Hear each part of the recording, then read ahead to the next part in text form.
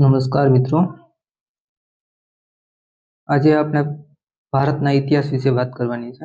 એમાં ખાસ કરીને પ્રાચીન ભારતનો ઇતિહાસ સિંધુ ખીણની સંસ્કૃતિથી શરૂ કરીએ તો સૌથી પહેલો પ્રશ્ન છે, હડપ્પી સંસ્કૃતિની શોધ કોણે કરી હતી? બરાબર, એના માટે સાચો જવાબ દયારામ ચાહની. બરાબર, ત્યાર પછી લોથલ કઈ નદીના કિનારે આવેલું છે?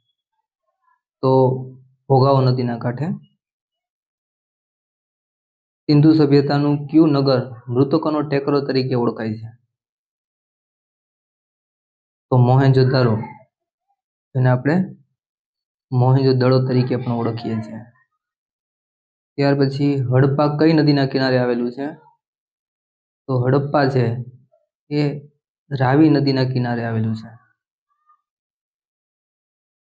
ત્યાર પછી સિંધુ ખીણના લોકો કઈ ધાતુથી અજાણ હતા? તો એ લોકો લોખંડથી અજાણ હતા. ત્યાર પછીનો પ્રશ્ન, કયા સ્થળેથી વિશાળ સ્નાનાગાર મળી આવ્યું છે? તો મોહેંજો-દડો, આ સ્થળેથી સ્નાનાગાર મળી આવ્યું છે. ત્યાર પછી સિંધુ સભ્યતાનું બંદર કયું હતું? તો લોથલ છે એ સિંધુ સભ્યતાનું મોટું બંદર હતું. ધોળાવીરા ગુજરાતના કયા જિલ્લામાં આવેલું છે? તો એ કચ્છની અંદર.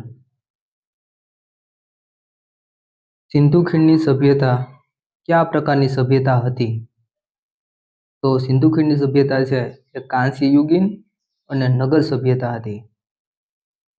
ત્યાર પછીનો પ્રશ્ન, હડપ્પીય સંસ્કૃતિમાં કયા પશુનું મહત્વ વધુ હતું?